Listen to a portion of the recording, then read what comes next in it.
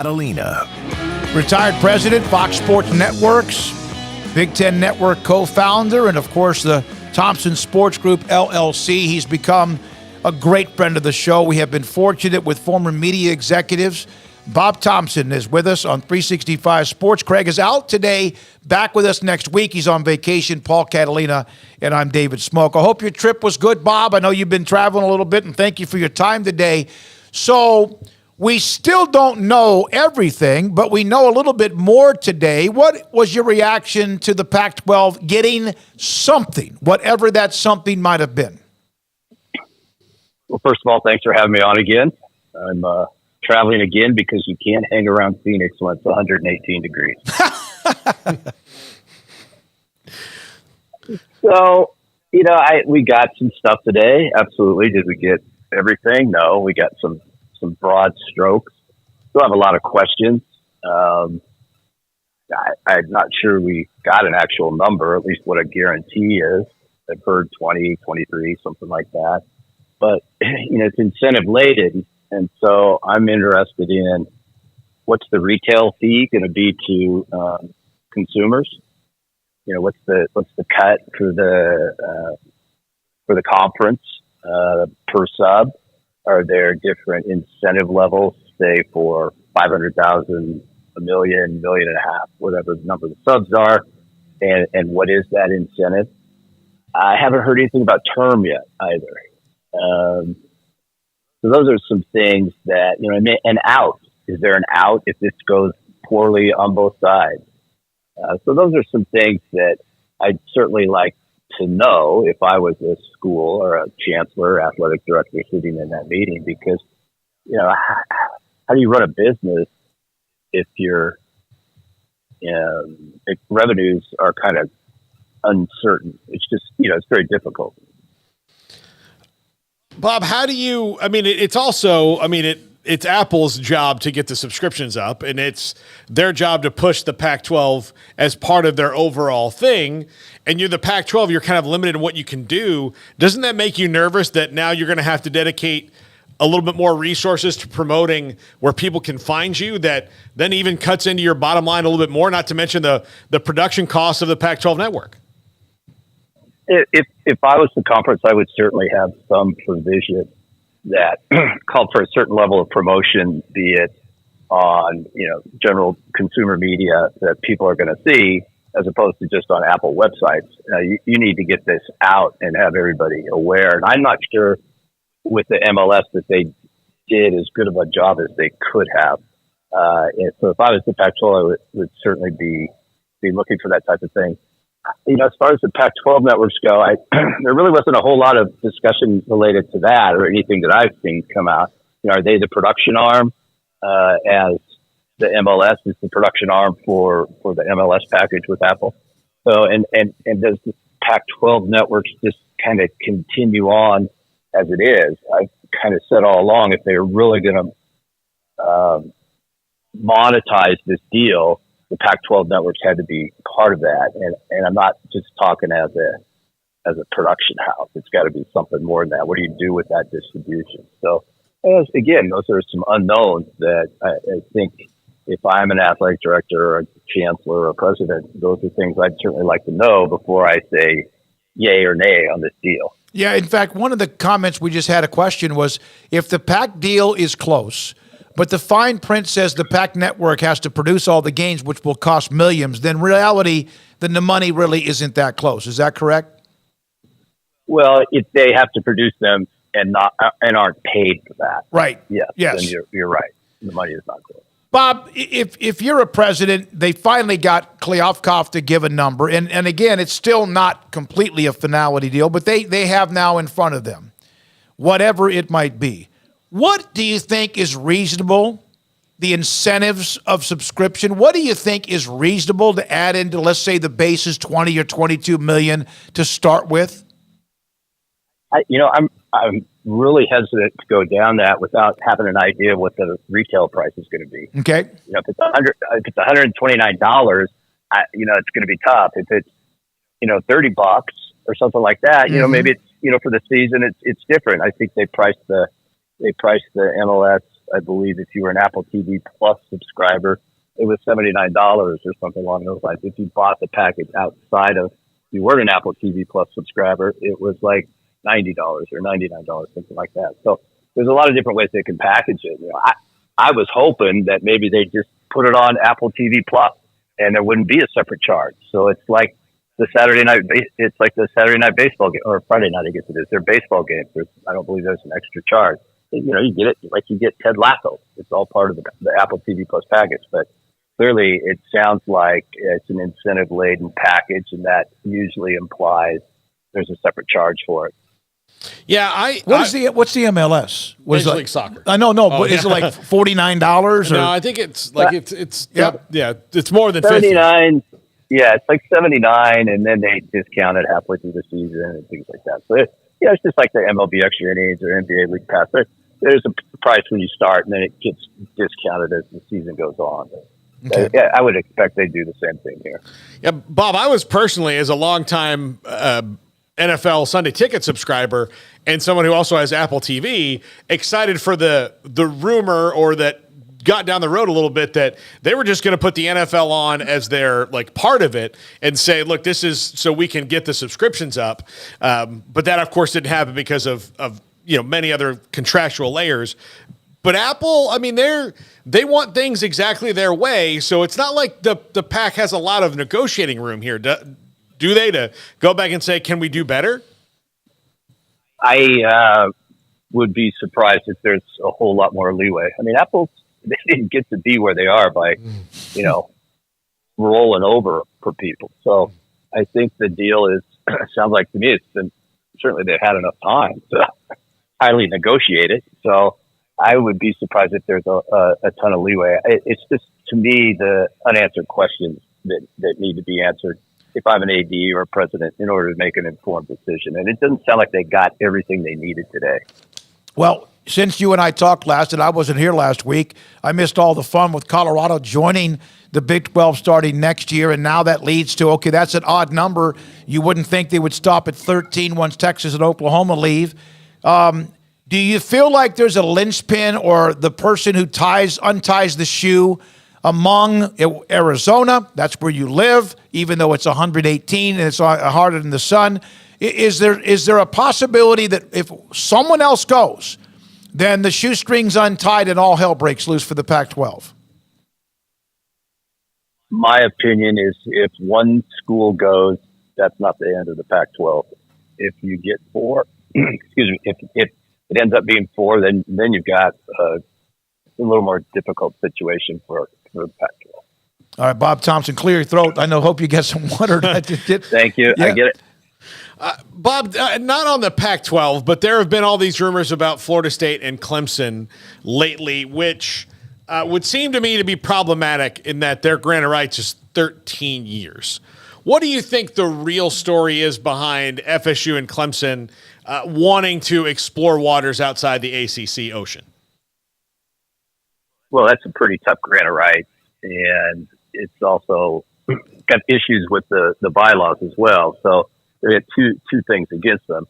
So I think it's kind of an opportunity for FSU and maybe Clemson to that extent as well to, maybe get some unequal revenue sharing situation on CFP playoff money, things like that. So I don't really see anybody challenging that unless you had a significant number grouping together. And it's just a tough setup. I mean, ESPN has made a huge commitment to that conference all the way down to starting a network for them. And they're not going to just lay down if, a few schools want some more money. Grant of rights could be challenged, but that still is not necessarily going to affect the contract. And ESPN's going to expect to have that contract fulfilled. All right, Bob, I'm not trying to be dramatic here because we're not at clicks and views, but so you say that if they lose one more team, they're okay, the Pac-12, because that leaves 8 left, and it's still most likely Oregon, Washington, among others.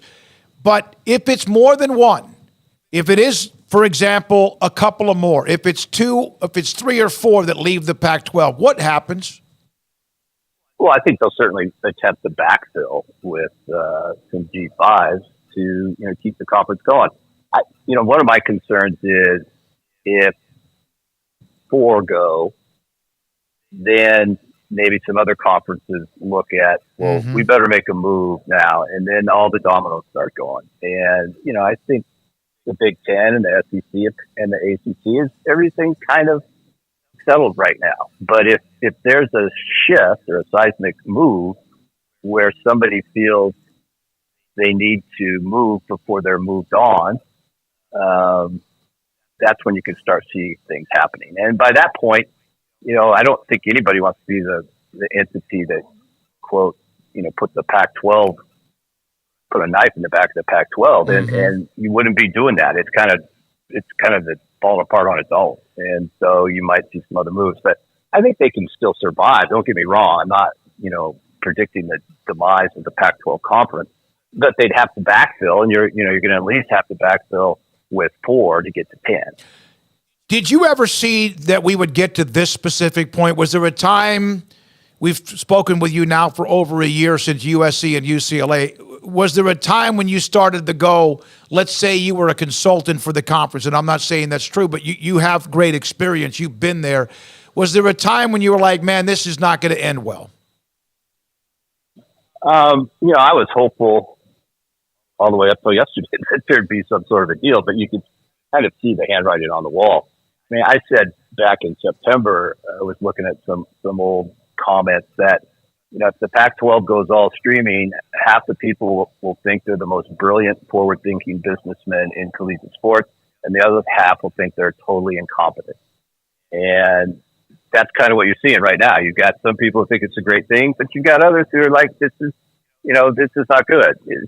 Streaming's not here yet. It's not time. Other people, by 2030, we're going to be so far ahead of everybody else. This is the best way to go. So, you're not going to be able to please everybody. And I'm surprised it got to this point, but the business changes and you got to roll with those changes or, you're going to be left behind a little bit. So the addition of teams to the Big 12, Colorado gets a full share. ESPN, of course, has got the pro rata.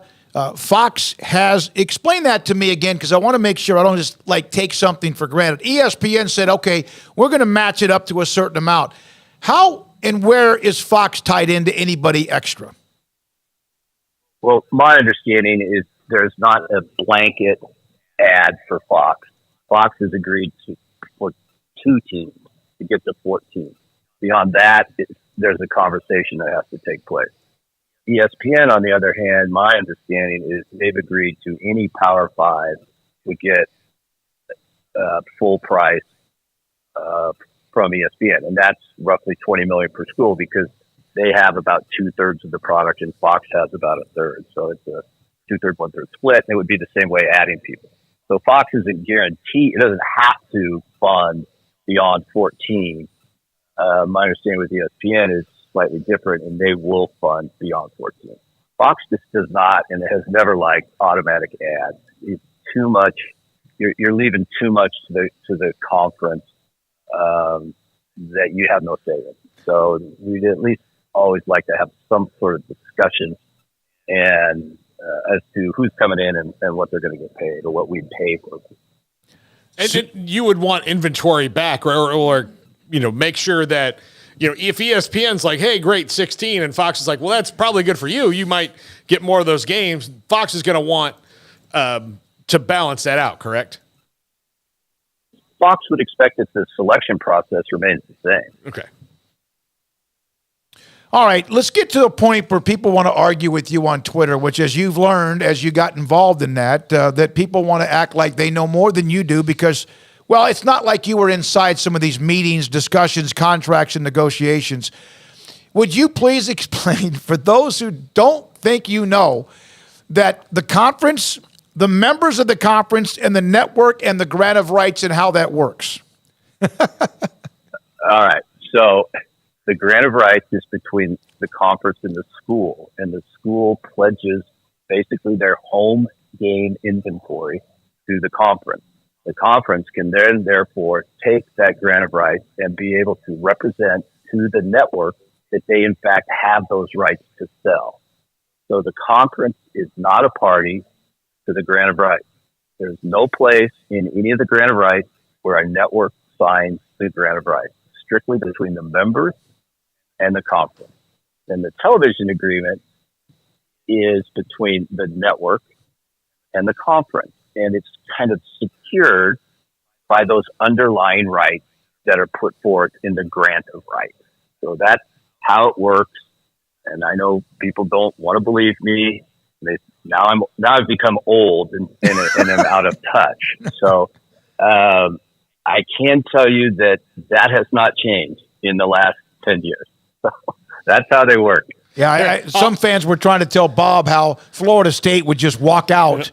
Look, Florida State is in a very long cell phone plan, and they can't just go, like, just to simplify it, for something you might deal with in your life. Like, you're tired of T-Mobile, and you want to go to Verizon, but you signed a 4-year contract.